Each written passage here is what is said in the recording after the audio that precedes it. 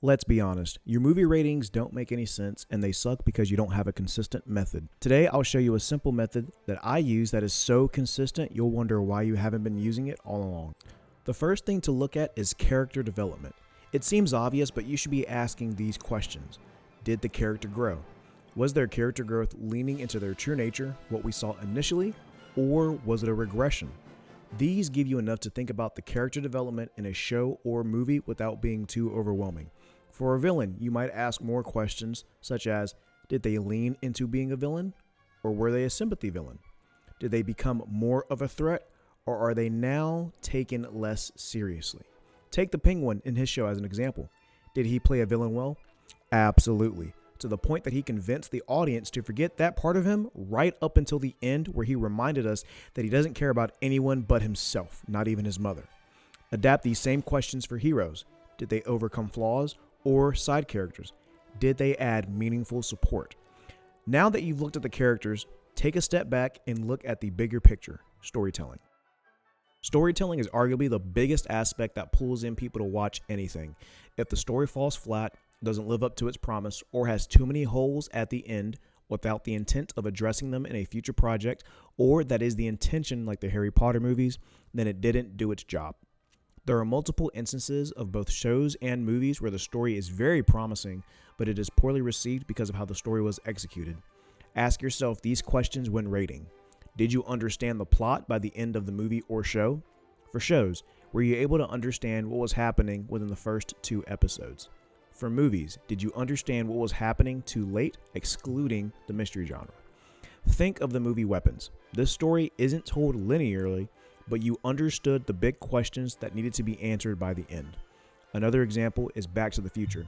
How did Marty get back to his timeline without screwing things up? And with storytelling comes the lessons that they cover.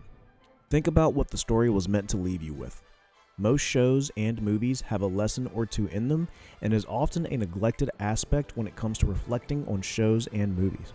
Ask yourself, what message was it trying to convey? Did it address the lessons in a subtle manner that can be glossed over, or were they clearly visible to anyone watching? For shows, were any lessons readdressed, such as Invincible, or were they single episode issues? Once you've reflected on the lessons, consider how the story's rhythm kept you engaged. This is where pacing comes in. Earlier, we said that storytelling is the biggest thing because it's what makes you watch the show or movie in the first place. After that, it's up to the pacing to keep you locked in and engaged, while the other aspects, such as character development, ensure that you stay. When watching a show, did it keep your interest within the first 10 to 20 minutes, or did it take the whole episode or the first 2 episodes for you to lock in? For a movie, were you intrigued by the time the opening was done? Did any parts feel slow to the point that you lost interest and they seemed unnecessary? A lot can impact how you view pacing, but at a minimum, if the opening doesn't pull you in, it failed at captivating you to stay.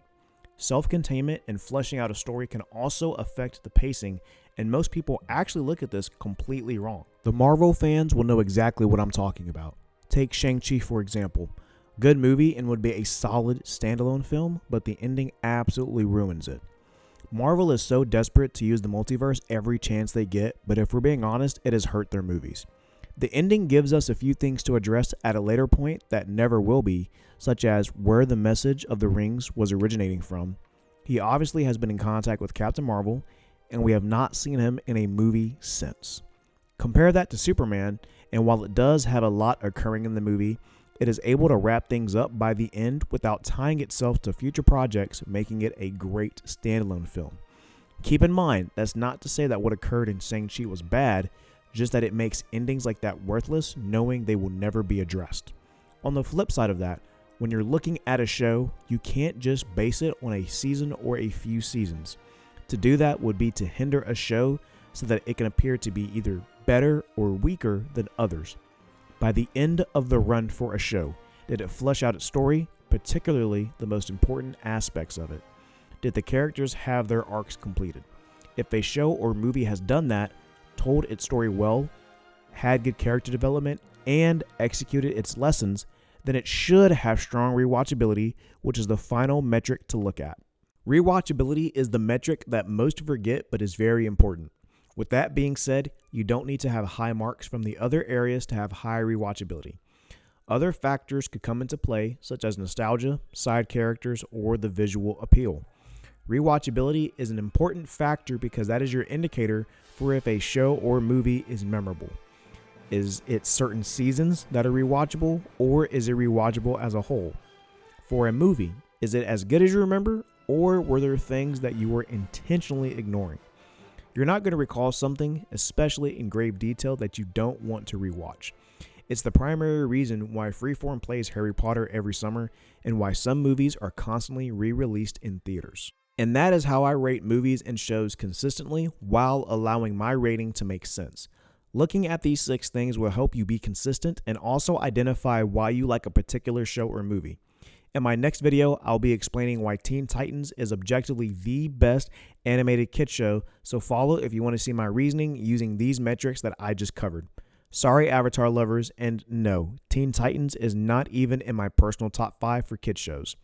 And if you want to see how I rate other things or be part of a good cinema community, you are more than welcome to join my Discord by clicking the link in the description, whether you love anime, you're a Marvel fan, or you just like watching TV shows.